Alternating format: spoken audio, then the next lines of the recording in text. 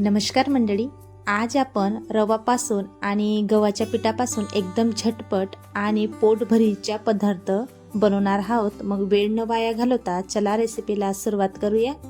सर्वप्रथम मी 1 वाटी गव्हाचे पीठ घेतलंय आणि 1 वाटी त्याच वाटीने मोजून मी रवा घेतलेला आहे। आता रवा तुम्ही जाड किंवा बारीक कुठलाही वापरू शकता। मी 2 चमचा तीळ आणि 2 चमचा चिली फ्लेक्स म्हणजे कुटलेली मिरचीचा वापर मी करते। हवं तर तुम्ही चटणी पावडर जरी टाकलं तरी चालणार आहे।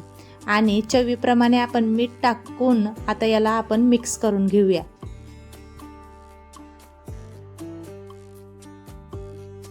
बघा, या पद्धतीने आपण सगळं मिक्स करून घेतलेलं आहे। आता थोडी आपण कोथिंबीर टाकूया आणि परत मिक्स करून घेऊया।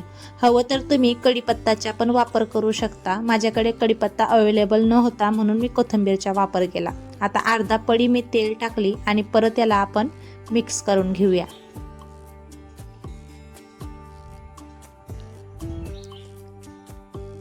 आपण तेल टाकून आता हे मिक्स करून घेतलेलं आहे सगळं। बघू शकता तुम्ही, या पद्धतीने आपण हे बॅटर सगळं मिक्स करून तयार करून घेतलेलं आहे। आता याच्यामधून आपल्याला 3.5 चम्मच आपल्याला हे पीठ काढून एका साईडला ठेवायचे। पुढे याचा वापर होणार आहे म्हणून मी हे साईडला आधीच काढून ठेवून देते। बघा, या पद्धतीने आता आपण हे पीठ जसं चपातीचं पीठ मळतो त्या पद्धतीने आपल्याला हे पीठ मळून तयार करून घ्यायचे।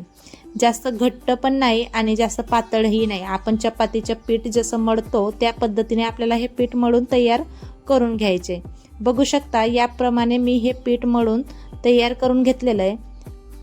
आणि हो मंडळी, तुम्हाला एक निवेदन आहे, तुम्हाला जर ही रेसिपी आवडली तर रेसिपीला एक लाईक नक्की करा आणि तुम्ही ही रेसिपी कुठून बघत आहेत हे मला कमेंटमध्ये नक्की सांगा। आणि हो, आपल्या चॅनलवरती जर नवीन असाल तर चॅनलला सबस्क्राईब करून बेल आयकॉनला प्रेस करायचं विसरू नका। आता बघा, मी उकळलेले 3 बटाटे घेतलेले आहेत, मध्यम आकाराचे बटाटे आहेत। आता आलं किसायच्या किसणीने आपण हे बटाटे किसून घेणार आहोत। हवं तर तुम्ही मॅशरनेही हे बटाटे मॅश करू शकता। बघा, या पद्धतीने मी बटाटे किसून घेतलेले आहेत। आता मध्यम आकाराचा कांदा मी बारीक चिरून त्याच्यामध्ये टाकते। 4 हिरव्या मिरच्यांचा वापर मी करते। मिरच्यांचा वापर तुम्ही कमी जास्त करू शकता तुमच्या टेस्टच्या अकॉर्डिंग। आता बघा, थोडी कोथिंबीर आणि धना पावडर टाकला अर्धा चम्मच आणि अर्धा चमचा मी सांबर मसाल्याचा वापर करते। जर तुमच्याकडे किचन किंग मसाला असेल तोही तुम्ही टाकू शकता किंवा गरम मसाल्याचाही वापर तुम्ही करू शकता। आता थोडा चाट मसाला आणि जिरेपूड आणि अर्धा चमचा मी चटणी पावडरचा वापर करते आणि चवीनुसार मी मीठ टाकून आता याला आपण मिक्स करून घेणार आहोत।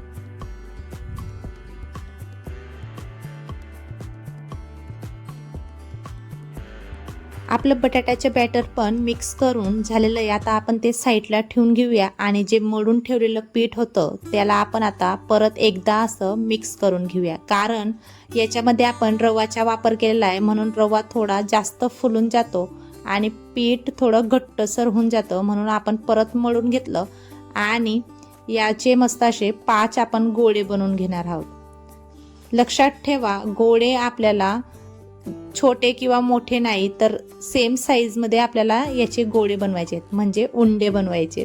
बघा, या प्रकारे आता याचे आपण उंडे बनवून एका साईडला ठेवून देणार आहोत। या पद्धतीने ही जी रेसिपी आहे ही बनवायला अगदी सोपी आणि सरळ आहे आणि कमी वेळेत बनवून तयार होते। ही रेसिपी अतिशय चविष्ट लागते खायला। बघा, आपण हे उंडे बनवून तयार करून घेतलेले आहेत आणि त्याच आकाराने आपण बटाट्याच्या बॅटरचे जे आहे त्याचे पण आपण उंडे बनवून तयार करून घेऊया। बघू शकता तुम्ही, 5 कणिकाचे उंडे आहेत तर आपल्याला 5 बटाट्याचे पण उंडे बनवायचे आहेत। या पद्धतीने तुम्ही उंडे म्हणू शकता किंवा टिक्कीही तुम्ही याला म्हणू शकता। बघा, या पद्धतीने आता आपण सगळ्या टिक्क्या बनवून तयार करून घेतलेल्या आहेत। बघू शकता तुम्ही, आता मेन प्रोसेस आपल्याला करायची आहे। जे आपण पीठ काढून ठेवलेलं होतं त्याच्यामध्ये पाणी टाकून याला पातळसं असं आपल्याला बॅटर बनवून तयार करून घ्यायचे, जेणेकरून आपण ह्या टिक्क्या तेलात टाकू त्यावेळेस ह्या तेलगट नाही होणार आणि याच्यामध्ये तेलही जास्त ऑब्जर्व नाही होणार आणि आपल्याला खायला असं चविष्ट आणि क्रिस्पी ही टिक्की बनवून तयार होईल. या पद्धतीने आपल्याला हे बॅटर बनवून तयार करून घ्यायचे. बघू शकता या पद्धतीच्या आपल्याला हे कन्सिस्टन्सी ठेवायची आहे.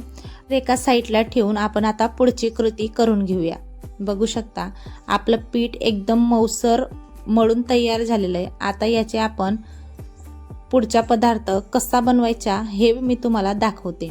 बघा मी हाताला थोडं तेल लावलं आणि आपण जसं मोदक बनवतो किंवा पुरणपोळी बनवतो ना, त्याप्रमाणे आपल्याला हे हातावरती पातळशी असं लेअर बनवून घ्यायची आणि त्याच्यामध्ये आपल्याला बटाट्याचा जो उंडा आहे तो टाकायचा आहे.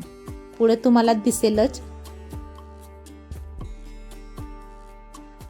बघू शकता तुम्ही पुरणपोळीमध्ये जसं आपण पुरणाचं सारण भरतो त्या पद्धतीने आपल्याला हे सारण भरून असा उंडा तयार करून घ्यायचा आहे. बघा या पद्धतीने मी व्हिडिओमध्ये दाखवते त्याप्रमाणेच आपल्याला हा उंडा बनवून तयार करून घ्यायचा आहे आणि कचोडीचा जसा शेप असतो त्याप्रमाणे आपल्याला याला शेप देऊन द्यायचा आहे. म्हणू शकता तुम्ही कचोडीच, कारण कचोडीसारखाच याला टेस्ट आलेला आणि कचोडीपेक्षा ही रेसिपी अतिशय भन्नाट लागलेली. कारण आपण नेहमी बाहेरचं खातो त्यापेक्षा आपण घरीच काहीतरी नवीन बनवून हेल्दी आणि पौष्टिक खायचा प्रयत्न करायचा.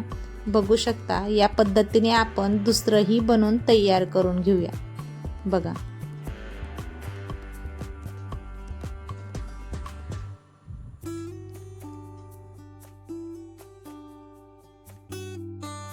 ही रेसिपी जितकी दिसायला युनिक तशीच खायला पण युनिक होती.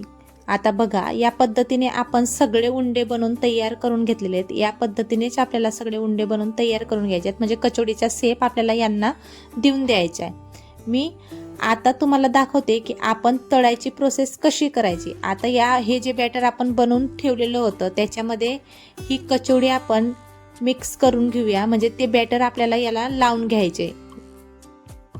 हे बॅटर या पद्धतीने लावल्याने आपण जेव्हा तेलामध्ये या टिक्क्यात तळू त्यावेळेस ह्या जास्त तेलकटही नाही होणार आणि एकदम क्रिस्पी गोल्डन फ्राय बनवून आपल्याला ह्या टिक्क्या बनवून तयार होतील.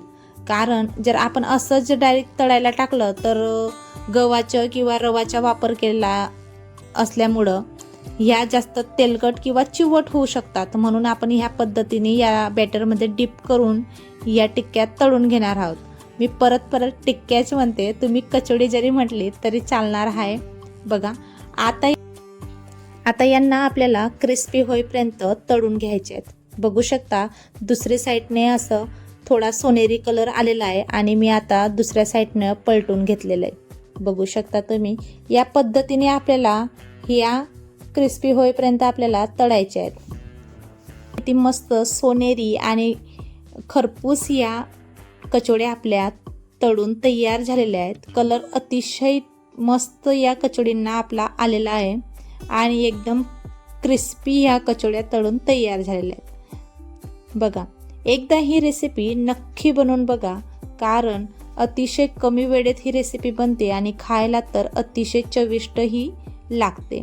बघा या पद्धतीने आपण सगळ्या कचोड्या तळून तयार करून घेतल्यात. आता दुसरी बॅच पण आपण याच पद्धतीने तळून घेणार आहोत. बघू शकता दुसरी बॅच पण आपली तळून तयार झालेली आहे. जर तुम्ही रेसिपी इथपर्यंत पाहिली असेल तर रेसिपीला एक लाईक नक्की करा आणि कमेंटमध्ये नक्की सांगा तुम्हाला ही रेसिपी कशी वाटली.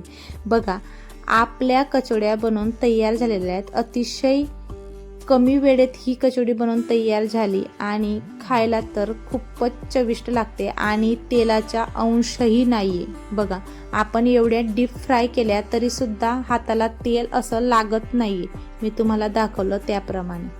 कशी वाटली तुम्हाला रेसिपी मला नक्की सांगा आणि व्हिडिओ इथपर्यंत पाहण्यासाठी धन्यवाद. अशाच नवनवीन रेसिपींसाठी आपल्या चॅनलला सबस्क्राईब नक्की करा आणि असेच रेसिपी पाहत राहा आणि मेन म्हणजे हसत राहा.